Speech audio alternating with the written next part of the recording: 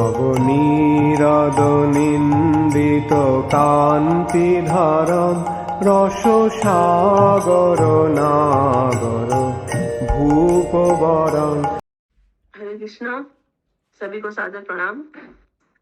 हम लोग अध्याय 6 आज स्टार्ट कर रहे हैं। ब्रह्मा द्वारा शिव जी को मनाना। श्लोका 1। मैत्रेय उवाच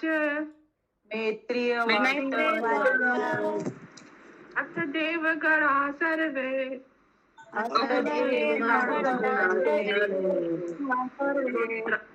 रुद्रानीकै पराजिताः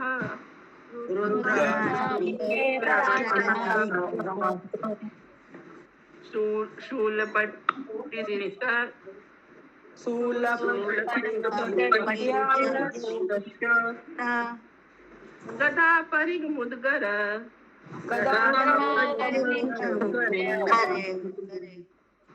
सचिन्न भिन्न सर्वांगा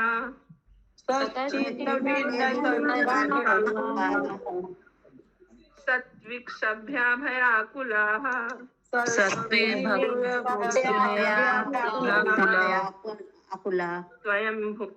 स्वयंभुवे नमस्कृत्य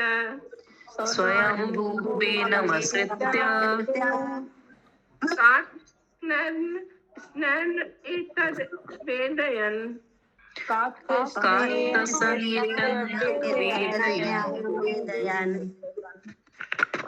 बात पढ़िए माता जी। जब समस्त पुरोहित तथा यज्ञ सभा के सभी सदस्य और देवतागण शिवजी के सैनिकों द्वारा पराजित कर दिए गए और त्रिशूल तथा तलवार जैसे हथियारों से घायल कर दिए गए, तब वे डरते हुए ब्रह्मा जी के पास पहुंचे। उन्होंने नमस्कार करने के पश्चात जो हुआ था, उन्होंने विस्तार से उसके विषय में बोलना प्रारंभ किया। माता जी धीरे धीरे थोड़ा पढ़िए ना प्लीज। ठीक है, एक बार और पढ़ूं माता जी वापस से? हाँ, ठीक है।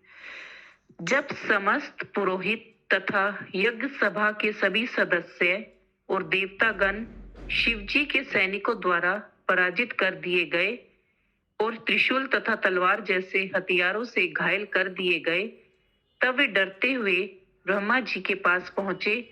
उन्होंने नमस्कार करने के पश्चात जो हुआ था, उन्होंने विस्तार से उसके विषय में बोलना प्रारंभ किया।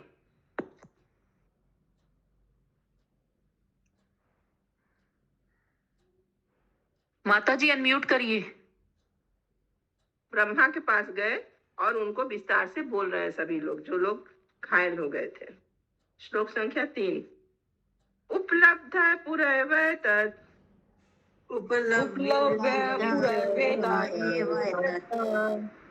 भगवान् अब्ज संभव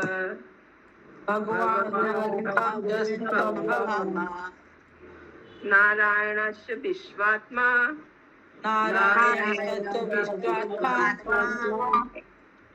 न कस्याद्वरम् ईयतु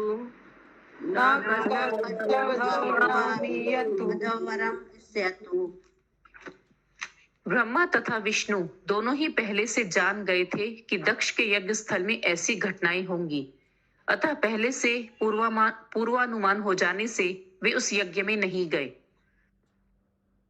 तात्पर्य पढ़िए। जैसा कि भगवत गीता 7.26 में कहा गया है, वेदा अहम समतीतानि वर्तमानानि च अर्जुन। भगवान कहते हैं, जो कुछ भूतकाल में घटित हो चुका है और भविष्य में जो कुछ होने जा रहा है, मैं वह सब जानता हूँ। भगवान विष्णु सर्वज्ञ हैं, अतः वे जानते थे कि दक्ष की यज्ञशाला में क्या होगा। इसी कारण से न तो नारायण न ही ब्रह्मा जी दक्ष के महान यज्ञ में सम्मिलित हुए।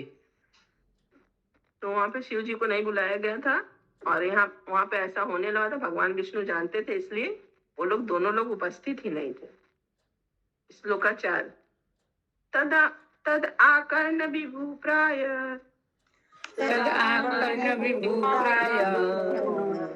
तेजीयस्थितागशी क्षेमाय तत्र शाभूयान्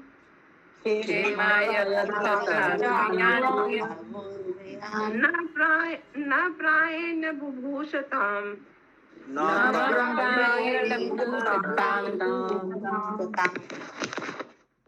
जब ब्रह्मा ने देवताओं तथा यज्ञ में सम्मिलित होने वाले सदस्यों से सब कुछ सुन लिया तो उन्होंने उत्तर दिया, यदि तुम किसी महापुरुष की निंदा करके उसके चरण कमलों की अवमानना करते हो तो यज्ञ करके तुम कभी सुखी नहीं रह सकते। तुम्हें इस तरह से सुख की प्राप्ति नहीं हो सकती। तात्पर्य पढ़िए। तात्पर्य ब्रह्मा ने देवताओं को बताया कि यद्यपि दक्ष सकाम यज्ञ कर्मों के फल भोगना चाहता था, किंतु जब कोई शिव जैसे महान पुरुष का अपमान करता है तो वह उसे भोग नहीं सकता। यह तो दक्ष के लिए अच्छा हुआ कि वह युद्ध में मारा गया, क्योंकि यदि वह जीवित रहता तो वह बारंबार महापुरुषों के चरण कमलों को अपमानित करता। मनु के नियम के अनुसार यदि कोई व्यक्ति हत्या करता है तो दंड उसके हित में होता है, क्योंकि यदि ऐसा ना हो तो वह बारंबार हत्याएं करके भविष्य में अपने अनेक जन्मों तक बंधन में पड़ता रहेगा। फलतः हत्यारे को राजदंड उचित होता है। जो अत्यधिक पापी है, यदि वे भगवान की कृपा से मार डाले जाते हैं तो यह उनके लिए अच्छा होता है। दूसरे शब्दों में ब्रह्मा जी ने देवताओं को बताया कि दक्ष का मारा जाना अच्छा ही रहा। हरे कृष्णा। हरे कृष्णा। हरे कृष्णा। माता जी, दक्ष कहाँ मरा? तो उसको तो बकरे का सिर लग गया था ना? उस समय तो मर गया था माता जी, बाद में भगवान उसको जीवित करेंगे। बकरे का सिर लगा के उस समय तो उनका गला काट दिया गया था, वीरभद्र काट दिया था। हरे कृष्ण प्रभु जी, सादर प्रणाम। हरे कृष्ण, सादर प्रणाम। तो उस समय उसका गला कट गया, तो इसका मतलब वो मर गया। अब आप सभी लोग प्रार्थना करेंगे तो सब लोग आएंगे, तब भगवान उसका बकरे का सिर लगाएंगे, शिव जी ही लगाएंगे। प्रभु जी 4 नंबर श्लोका का अनुवाद तात्पर्य हो गया। ओके, कितना नंबर तक होगा माता जी? बताए नहीं, भारती माता जी कुछ बोले नहीं। ओके, मैं बता रहा हूँ। 10 नंबर तक होगा। ठीक है, अभी 5 होगा ना? 4, हाँ 5 होगा प्रभु।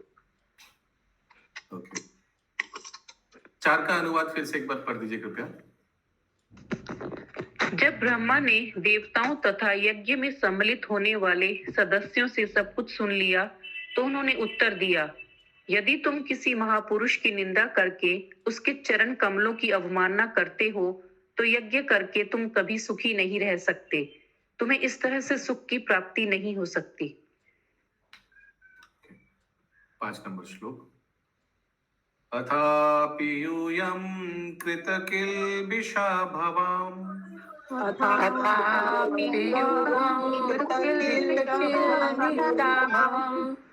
ये बर्हिषो भाग भजम परदु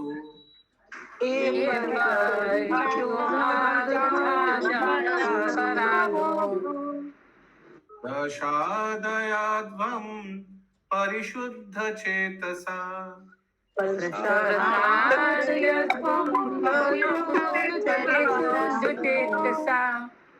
क्षिप्रा प्रसादं लगृद्धि तंग्रिपाद्माम्।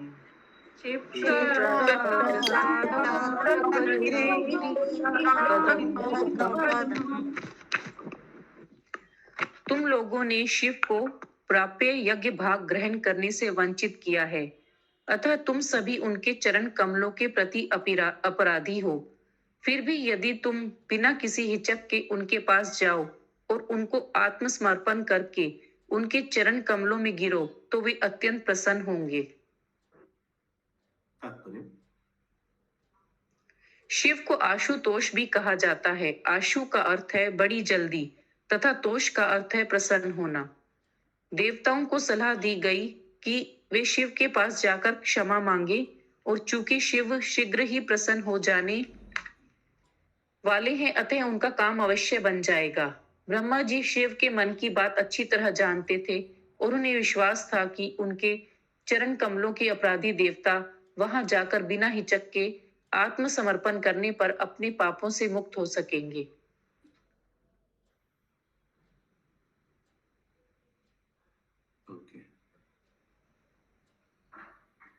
अगला श्लोक। असासना जीवितम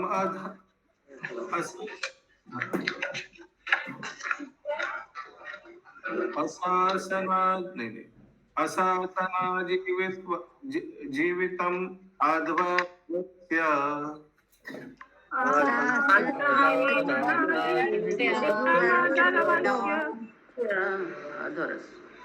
नहीं अशासना जीवितमध्वर्ष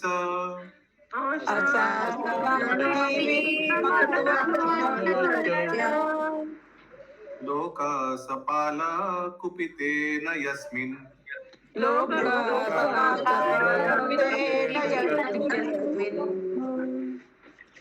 समासुदेवं प्रियया विहीनाम्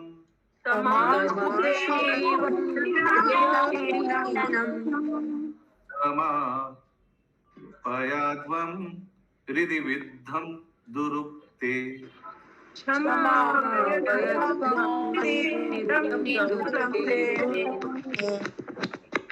ब्रह्मा ने उन्हें यह भी बतलाया कि शिव जी इतने शक्तिमान है कि उनके कोप से समस्त लोक तथा इनके प्रमुख लोकपाल तुरंत ही विनिष्ट हो सकते हैं। उन्होंने यह भी कहा कि विशेषकर हाल ही में अपनी प्रियतमा के निधन के कारण वे बहुत ही दुखी हैं और दक्ष के कटु वचनों से अत्यंत मर्माहत हैं। ऐसी स्थिति में ब्रह्मा ने उन्हें सुझाया कि उनके लिए कल्याणप्रद यह होगा कि वे तुरंत उनके पास जाकर उनसे क्षमा मांगे। नाहं न यज्ञो न चं युयुमन्ये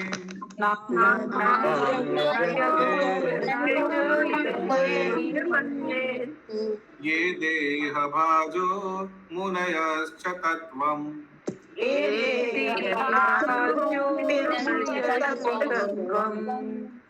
विदु प्रमाणं बलवीर्ययोर्वा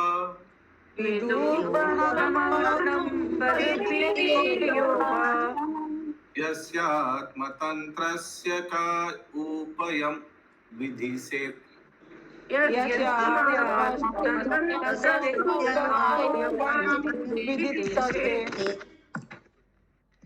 ब्रह्मा ने कहा कि ना तो वे स्वयं, ना इंद्र, ना यज्ञ स्थल में समवेत समस्त सदस्य ही अथवा सभी मुनिगण ही जान सकते हैं कि शिव कितने शक्तिमान हैं। ऐसी अवस्था में ऐसा कौन होगा जो उनके चरण कमलों पर पाप करने का दुस्साहस करेगा।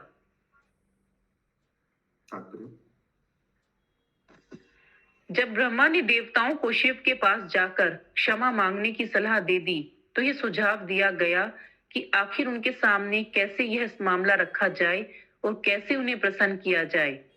ब्रह्मा ने यह भी बताया कि कोई भी बद्ध जीव, यहाँ तक कि वे स्वयं तथा समस्त देवगण भी शिव को प्रसन्न करने की विधि नहीं जानते, किंतु उन्होंने कहा यह ज्ञात है कि वे तुरंत प्रसन्न किए जा सकते हैं, अतः हमें चाहिए कि हम उनके चरण कमलों में गिरकर उन्हें प्रसन्न करने का प्रयास करें।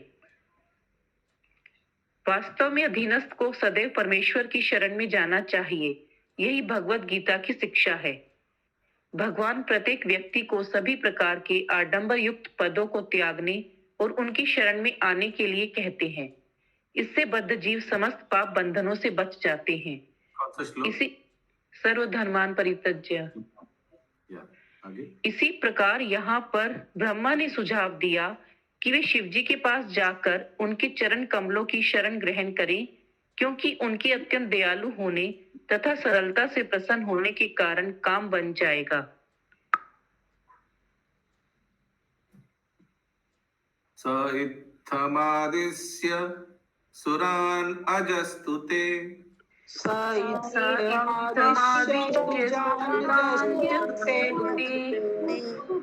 समन्विता पितृभिः स प्रजेशे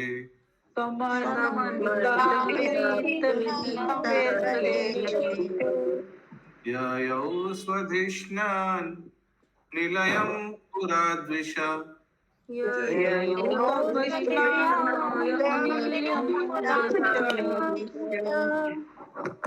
कैलासमाद्रि प्रवरं प्रियं प्रभु।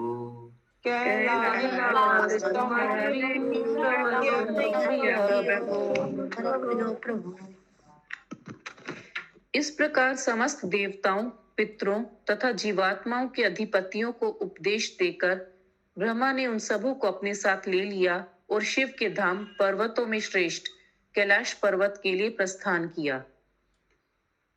तात्पर्य।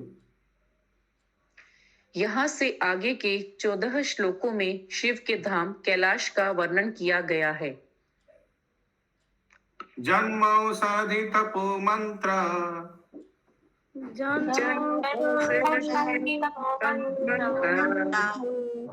योगे सिद्धे नरे तरे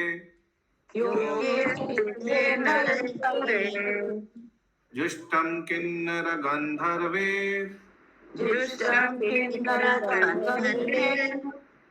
अप्सरोभिर्वृतं सदा।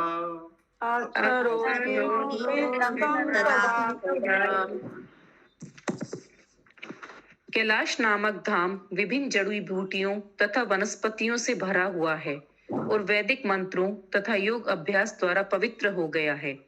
इस प्रकार इस धाम के वासी जन्म से ही देवता हैं और समस्त योग शक्तियों से युक्त है।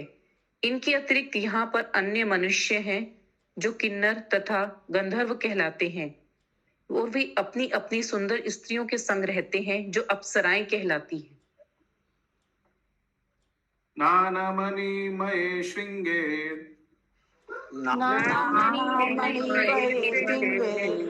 नाना धातु विचित्रिते नाना ध्रुमालता गुल्मेर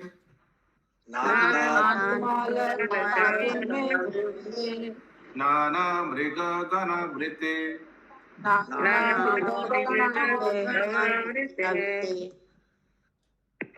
कैलाश समस्त प्रकार की बहुमूल्य मणियों तथा खनिजों धातुओं से युक्त पर्वतों से भरा हुआ है और सभी प्रकार के मूल्यवान वृक्षों तथा पौधों द्वारा घिरा हुआ है।